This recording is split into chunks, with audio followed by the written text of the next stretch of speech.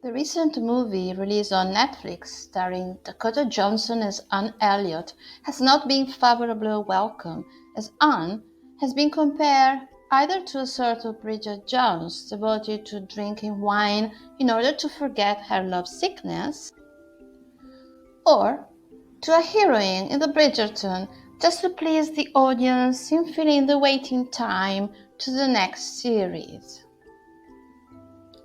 A journalist wrote, "I can't quite believe what they have done to the subtle, sensible, quiet, sad and thoughtful character that is Anne Elliot, criticizing the new Anne as a 21st century spinster suffering for the loss of her true lover, but at the same time revealing irony, determination and culture, as she knows a lot of poems by heart."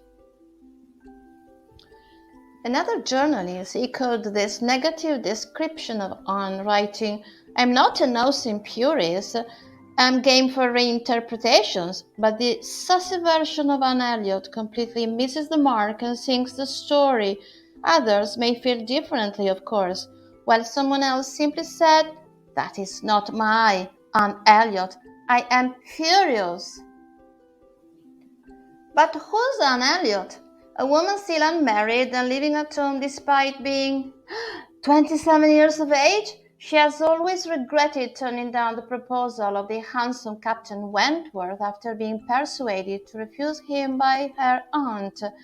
When Frederick Wentworth crashes back into her life, Anne must choose between putting the past behind her or listening to her heart when it comes to second chances.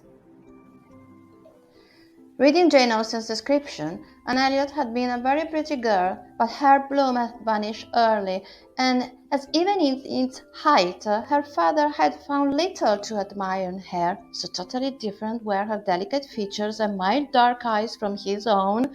There could be nothing in them now that she was faded and thin to excite his esteem, so we feel a strong desire to sympathize with her.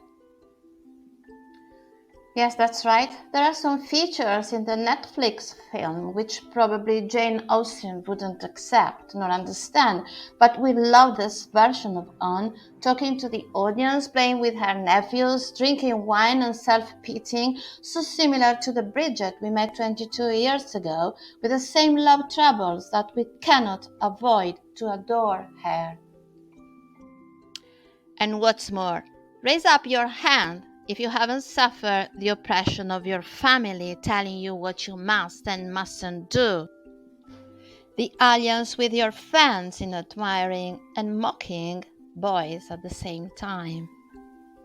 If you don't admire the elegance of the frocks, the awesome landscape of England, and the distant and yet inspiring courtship of the period. Yes, probably Anne reminds us of a modern Elizabeth, a sort of Bridget Jones fighting against her stones in order to seduce Mark Darcy, but mainly fighting against the pride of not yielding to confess she is, and so are we, in love.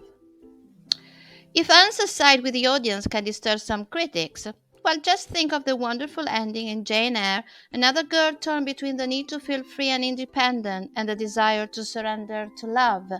Jane addresses the reader, probably to look for an ally in her choice of marrying Mr. Rochester because, well, the spinster's life is not something we dream, isn't it? And a second chance must be offered to all women, mustn't it? So, going less purist and judgmental, let us dream love forever. Yes, in something so unfashionable as a marriage.